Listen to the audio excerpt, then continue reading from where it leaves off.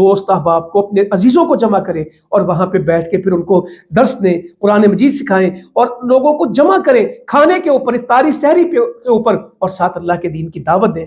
और फिर जो मज़लूम मुसलमान हैं, गज़ा के हैं, कश्मीर के हैं, इनके लिए दुआ भी, इनके लिए मोहब्बत भी, और जो मैं अपनी ज़ात से इनके लिए कर सकूं इसमें कोई कोताही नहीं करनी। इंशाअल्लाह ताला मेरी रातें भी खूबसूरत हों और ये रमज़ान क़यामत में मेरे लिए सिफारिश बन जाए, और ये कुरान क़यामत में मेरे लिए सिफारिश बन जाए, और अल्लाह ताला रैयान का दरवाज़ा मेरे वास्ते खोल दे और अल्लाह ताला मुझसे राज़ी हो जाए, और ये रमज़ान गुजरे और जन्नत में मेरी जगह हो और जहन्नुम से मेरा छुटकारा हो, और मेरा अल्लाह मुझसे राज़ी हो, और मैं क़यामत में अल्लाह के सामने पेश हूँ तो मेरा अल्लाह मुझसे खुश हो। इससे बड़ी कोई कामयाबी नहीं। मालूम नहीं ज़िंदगी में दोबारा रमज़ान आता है या नहीं आता। तो मेरी सबसे गुजारिश है, ख्वाह मेरे कारोबारी भाई हैं वो ये ना कहें कि हम क्या करेंगे, अपने कारोबार को मैनेज करें। इतने बजे दुकान खोलनी, इतने बजे बंद करनी है। तालिब इल्म है वो अपना शेड्यूल रमज़ान के मुताबिक बनाएं। सारी किताबें पढ़ेंगे मगर कुरान मजीद को फोकियत देंगे, हदीस को फोकियत देंगे। मेरी बहनों बेटियों से गुजारिश है, सारा वक्त किचन में नहीं गुजारना, हांडियां पकाने, रोटियां पकाने, समोसे पकाने में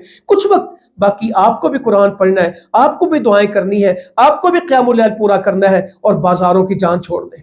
नबी सल्लल्लाहु अलैहि वसल्लम फरमाते हैं पसंदीदा जगह अल्लाह के यहाँ उसकी मस्जिदें हैं और नापसंदीदा जगह बाजार है। हम मस्जिदें छोड़ के बाजारों में जाते हैं। जो खरीदारी करनी रमजान से पहले करें।